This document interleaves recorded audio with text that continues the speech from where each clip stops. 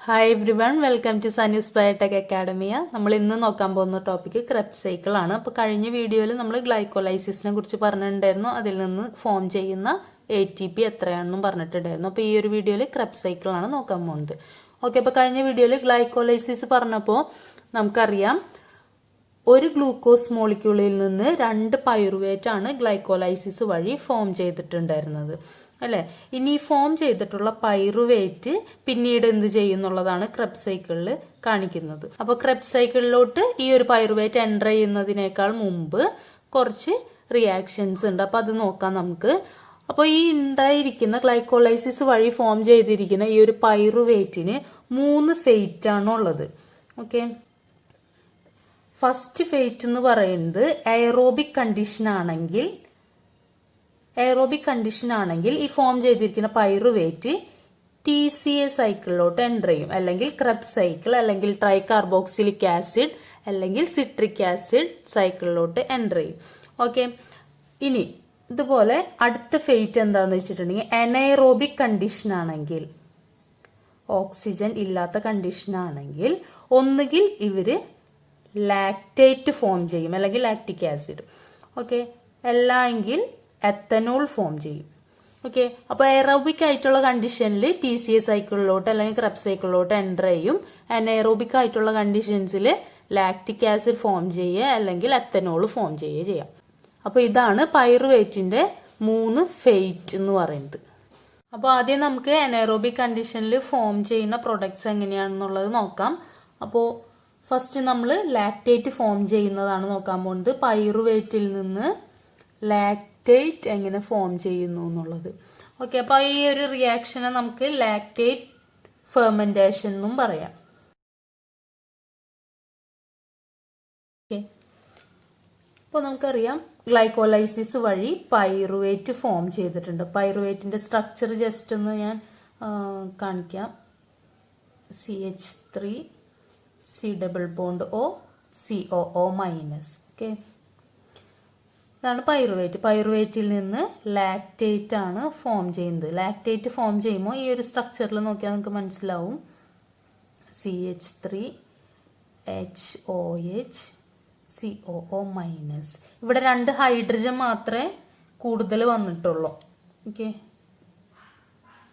ഈ 2 ഹൈഡ്രജൻ മാത്രമേ കൂടുതൽ വന്നിട്ടുള്ളൂ. അപ്പോൾ അതെങ്ങനെ കിട്ടി എന്നുള്ളത് നമുക്ക് നോക്കാം. ഇവിടെ നടക്കുന്ന റിയാക്ഷൻ എന്ന് പറഞ്ഞിട്ടുണ്ടെങ്കിൽ ഇവരിവിടെ NADH യൂസ് ചെയ്യാണ് ചെയ്യുന്നത്. NADH പ്ലസ് H പ്ലസ് ഗീസ് NAD plus. Okay, NADH use ചെയ്തിട്ടാണ് അവർക്ക് ഈ ഒരു ഹൈഡ്രജൻ കിട്ടിയിരിക്കുന്നത്. ഓക്കെ, പിന്നെ ഇവിടെ ഹെൽപ്പ് ചെയ്യുന്ന എൻസൈം എന്ന് പറയുന്നത് ലാക്ടേറ്റ് ഡീഹൈഡ്രോജിനേസ് ആണ്. ലാക്ടേറ്റ് ഡീഹൈഡ്രോജിനേസ് ആണ് പൈറുവേറ്റിനെ ലാക്ടേറ്റ് ആക്കി മാറ്റുന്ന എൻസൈം എന്ന് പറയുന്നത്. അപ്പോൾ ഇവിടെ ഈ NAD+ കാര്യം പറയുകയാണെങ്കിൽ ഈ NAD+ ഇവിടെ റീജനറേറ്റ് ചെയ്യാണ് ചെയ്യുന്നത്. NAD+ന്റെ റീജനറേഷൻ ആണ് ഇവിടെ നടക്കുന്നത്. അതെന്താണ് അങ്ങനെ പറയാൻ കാരണം എന്ന് വെച്ചാൽ, നമ്മൾ ഗ്ലൈക്കോലൈസിസ് പറഞ്ഞപ്പോൾ ഗ്ലൂക്കോസിൽ നിന്ന് പൈറുവേറ്റ് ഫോം ചെയ്തു. ഇപ്പൊ പൈറുവേറ്റിൽ നിന്ന് ലാക്ടേറ്റ് ഫോം ചെയ്തു അല്ലേ. അപ്പോൾ ഗ്ലൂക്കോസിൽ നിന്ന് പൈറുവേറ്റ് ഫോം ചെയ്തപ്പോൾ നമുക്ക് കിട്ടിയിട്ടുണ്ടായിരുന്ന എനർജി എന്ന് പറയുന്നത് 2 ATP പ്രൊഡ്യൂസ് ചെയ്തിട്ടുണ്ടായിരുന്നു അല്ലേ. 2 ATP പ്രൊഡ്യൂസ് ചെയ്തിട്ടുണ്ടായിരുന്നു. കൂടാതെ 2 NADH പ്രൊഡ്യൂസ് ചെയ്തിട്ടുണ്ടായിരുന്നു. 2 NAD+ യൂസ് ചെയ്ത് 2 NADH യൂസ് ചെയ്തിട്ടുണ്ടായിരുന്നു. ഇവിടെ 2 ATP എന്ന് ഞാൻ പറഞ്ഞത് നെറ്റ് ATP എമൗണ്ട് ആണ് കേട്ടോ പറഞ്ഞത്. ശരിക്കും 4 എണ്ണം ഉണ്ട്. മൈനസ് കൺസ്യൂം ചെയ്ത 2 എണ്ണം ചെയ്യുമ്പോഴാണ് നമുക്ക് 2 ATP കിട്ടുന്നത്. ഓക്കെ, അതൊക്കെ നമ്മൾ കഴിഞ്ഞ വീഡിയോയിൽ എക്സ്പ്ലെയിൻ ചെയ്തിട്ടുള്ളതായിരുന്നു. ഓക്കെ, അപ്പോൾ അതിൽ നമുക്ക് 2 NADH കിട്ടുന്നുണ്ട്. 2 NAD+ യൂസ് ചെയ്തുകൊണ്ട് 2 NADH ഫോം ചെയ്യുന്നുണ്ട്. ആ സെയിം സംഭവം തന്നെ ആ യൂസ് ചെയ്തിട്ടുണ്ടായിരുന്ന 2 NAD+ അല്ലേ, അവരെന്ത് ചെയ്തു, ഇവിടെ ഫോം ചെയ്യുകയാണ് ചെയ്തിരിക്കുന്നത്. അപ്പോൾ അവിടെ ഒരു NAD+ന്റെ റീജനറേഷൻ ആണ് നടക്കുന്നത്.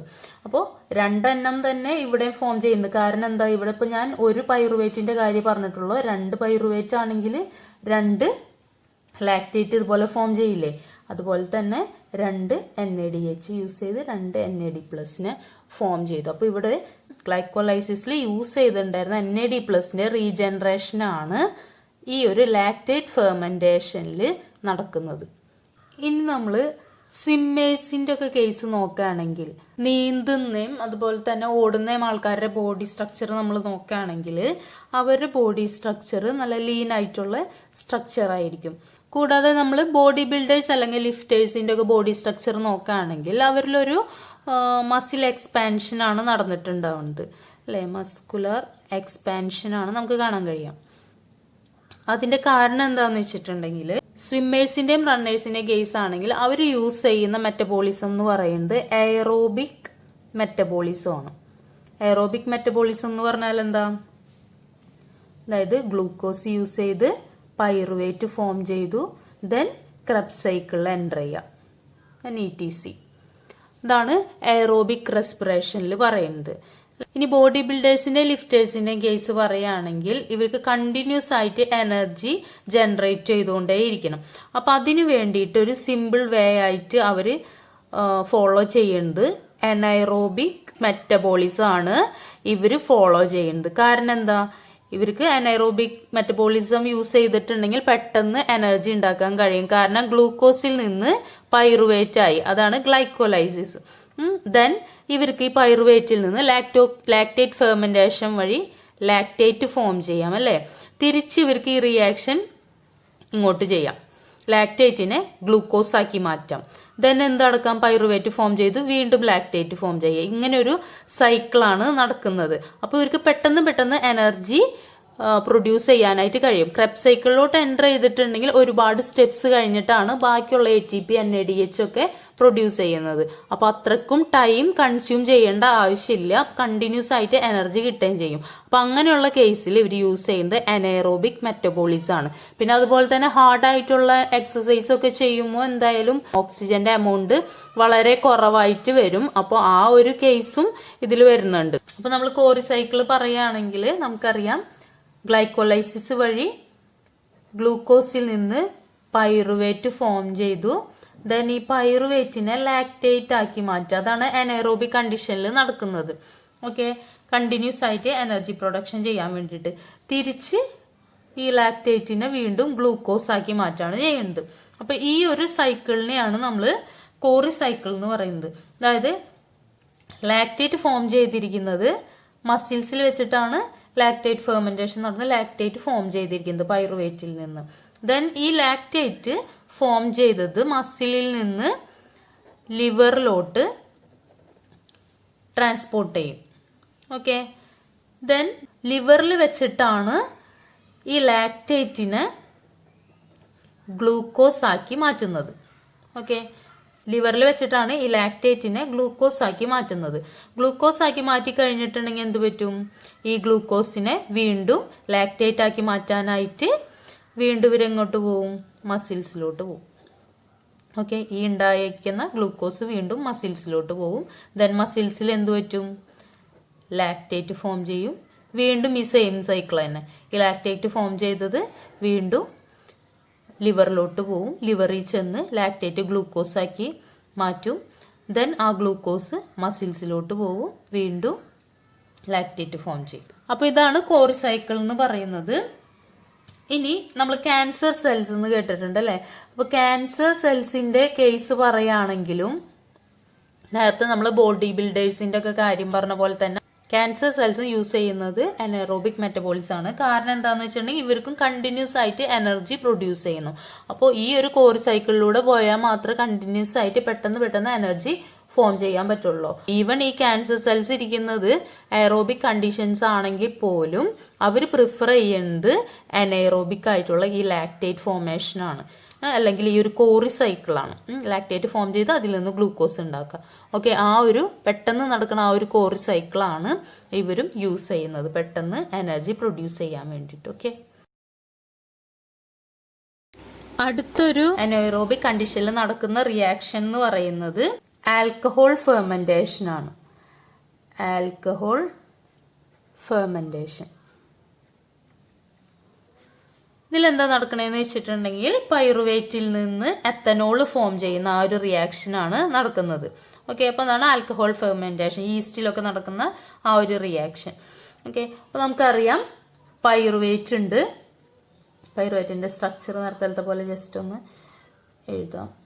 CH3 C double bond O COO minus. Okay, അതിൽ നിന്ന് അസെറ്റാൽഡിഹൈഡ് എന്ന് പറയുന്ന ഒരു കോമ്പൗണ്ട് ആണ് ഫോം ചെയ്യുന്നത്. അസെറ്റാൽഡിഹൈഡ്. അസെറ്റാൽഡിഹൈഡ് എന്ന് പറഞ്ഞിട്ടുണ്ടെങ്കിൽ 2 കാർബൺ കോമ്പൗണ്ട് ആണ്. CH3 CH double bond.